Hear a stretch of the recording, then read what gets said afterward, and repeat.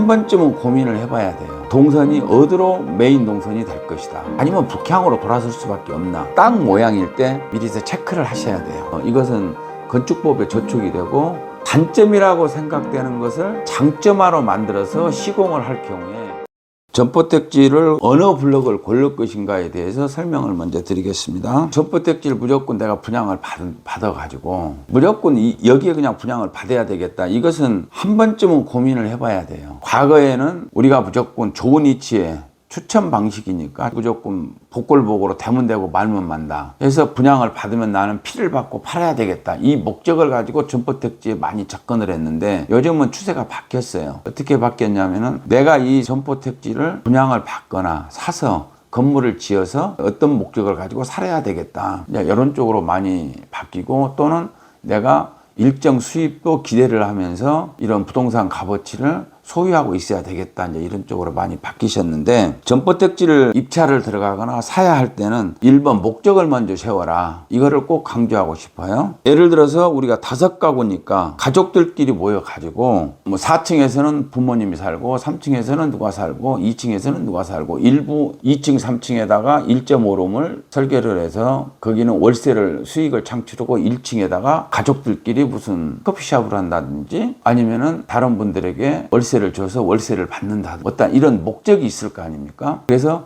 목적을 먼저 세워라. 그 다음에 어떠한 목적이 이제 세워졌으면은 우리 목적에 가장 타당한 블럭을 선정을 하시라. F1으로 갈 것이냐, F2로 갈 것이냐, F3로 갈 것이냐, F4로 갈 것이냐. 이럴 때 선정을 할 때, 자, 주거와 그 다음에 수익률을 먼저 두 가지가 가장 큰 목적이겠죠. 주거와 수익률을 계산을 했을 때 보편적으로 7대3으로 비중을 두고 계산을 하게 되죠. 나는 오로지 주거에 70%를 두겠다. 그러면 목적이 분명해지잖아요. 분명해질 경우에는 블록 선택이 쉬워져요. 자, 두 번째, 내가 여기는 수익률을 한 70%를 비중을 두겠다. 그러면 아주 목적이 확실하잖아요. 그러니까 블록 선택하기가 아주 용이하겠죠. 그러나 내 어떠한 그 70%의 비중을 가지고 선택을 했을 때 그 선택이 어긋났을 때에는 리스크도 굉장히 커요. 또. 그랬을 때 제가 볼 때에는 6대4나 5대5 이 정도의 비중을 가지고 가면은 주거 목적이 한 50%나 60%, 그 다음에 수익률 비중이 60%나 40% 정도. 이렇게 해서 블록 선택을 할 경우에는 우리가 리스크를 줄일 수가 있겠죠. 이렇게 해서 블록 선택을 하시라. 그 다음에 세 번째는 블록을 선택을 했으면은 그 블록 안에 각 필지가 있단 말이에요. 예를 들자면은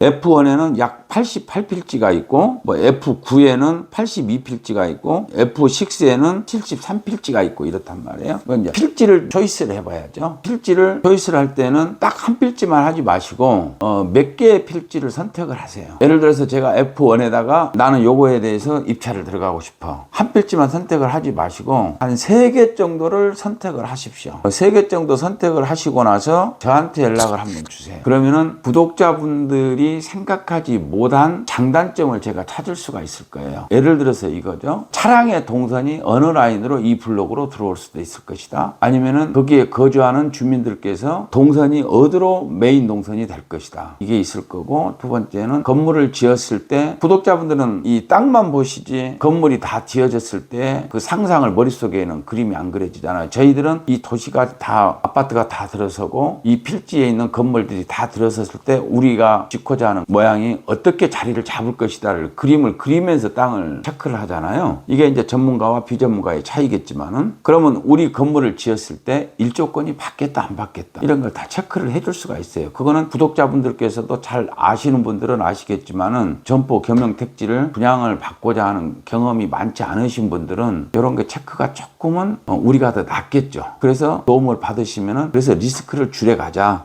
이런 맥락에서 각 블럭 안에 필지를 선택을 하실 때는 꼭 한 3개에서 5개 필지 정도를 초이스를 해가지고 저희한테 연락을 주시라. 그 다음에 네 번째는 땅의 방향을 보세요. 땅의 방향은 겨울에 난방비와 관련이 되어 있습니다. 그리고 사람의 건강에도 관련이 있고요. 하다못해 식물도 남향을 바라보고 햇빛을 보면 식물도 잘 자라요. 그러면 사람 건강도 그만큼 좋아지는 것은 명확하잖아요. 그래서 땅의 방향을 검토를 하시라. 다음에 건물을 지었을 때 동쪽으로 앉을 수 있나, 서쪽으로 앉을 수 있나, 남쪽으로 앉을 수 있나, 북향으로 앉을 수밖에 없나. 그리고 각 2층, 3층에는 두 가구를 뽑을 때 이 두 가구가 201호, 202호를 뽑을 텐데 201호 쪽이나 202호가 양쪽 다 동남향을 향하고 있나 남서향을 향하고 있나 아니면 북향으로 돌아설 수밖에 없나 이런 거를 땅 모양일 때 미리서 체크를 하셔야 돼요. 그러면 저희들은 땅 모양을 보고 평면도를 어떻게 앉히면 되겠다. 이게 그림이 그려지는데 구독자분들은 그 그림이 안 그려지니까 그런 부분도 저희한테 도움을 요청을 하면은 저희가 얼마든지 도움을 드릴 수가 있다. 마지막으로는 일조권 검토를 꼭 하시면 좋습니다. 일조권은 구독자분들께서는 판단하시기가 상당히 어려워요. 이것은 건축법에 저촉이 되고 건축법 밑에 지방자치 조례에 의해 가지고 택지개발 조성 사업법에 아마 적용을 받을 거예요. 이거는 저희는 시공적인데 설계를 하고 있는 건축사들이 정확하게 알고 있기 때문에 저희는 계속 같이 건축사들하고 윈윈을 하고 있습니다. 그러면은 거의 정확하게 저희들을 찾아오신 분들한테 일조권이 4층이 얼마 정도 받을 수 있습니다 라는 것이 아마 체크를 해줄 수가 있을 거예요. 이제 왜 이 일조권이 이렇게 중요하냐면은 4층을 지었을 때 4층이 일조권을 받지 않는 땅은 1층 바닥 면적에서 60평을 안 쳤을 때 그 60평 면적이 거의 다 풀로 올라갈 수가 있어요. 4층이. 그렇기 때문에 4층이 굉장히 3층하고 면적이 동일하게 올라가게 되겠죠. 그러나 일조권을 받는 경우에는 거의 한 반 정도밖에 안 될 거예요. 대부분이 4층 주인 세대로 쓰고 있는데 두 부분만 사신다는 계산하에서 산다면은 뭐 어려움 없겠죠. 그러나 가족들이 왔을 때는 좀 집이 좁다 이게 느껴지고요. 또 이런 단점만 있는 건 아니에요. 사실 일조권을 받을 때 집이 4층 면적이 줄어드는 것만큼 데크 문화를 또 만들면 돼요. 단점이라고 생각되는 것을 장점화로 만들어서 시공을 할 경우에 아파트를 벗어나서 주택에 사는 어떠한 그 장점이 또 굉장히 많이 있어요. 그래서 꼭 일조권을 받는 땅이라고 해서 실망을 하지 마시고 일조권을 받아서 주거 면적이 4층이 줄어든 것을 옥탑으로 끌어올리면 됩니다. 옥탑 쪽에다가 줄어든 면적만큼 옥탑에서 실내 공간을 만드시고 그 다음에 4층 전면에 일조권으로 해서 줄어든 면적만큼이 결국은 옥상이 되는 거거든요. 4층 옥상. 근데 이 옥상을 그냥 버리지 말고 데크를 깔거나 해서 테라스 문화로 해서 굉장히 여유 공간이 생겨요. 주택에서만이 느낄 수 있는 그런 어떠한 정서적인 테마 공원이 만들어질 수 있으니까 그런 부분에 대해서는 같이 연구를 하시면은 굉장히 멋있는 어떤 그 주택 문화가 만들어지지 않을까 이렇게 생각을 하고요. 구체적인 설명이 조금씩 들어가 줄게요. 가도면 뜨는 것부터 기본 설계 계약하는 거 이런 거에 대해서 차근차근 시공 과정도 앞으로 어떻게 시공을 하면 된다. 시공업체를 어떻게 초이스를 하면 된다. 이런 거에 대해서는 굉장히 디테일하게 설명을 드릴 테니까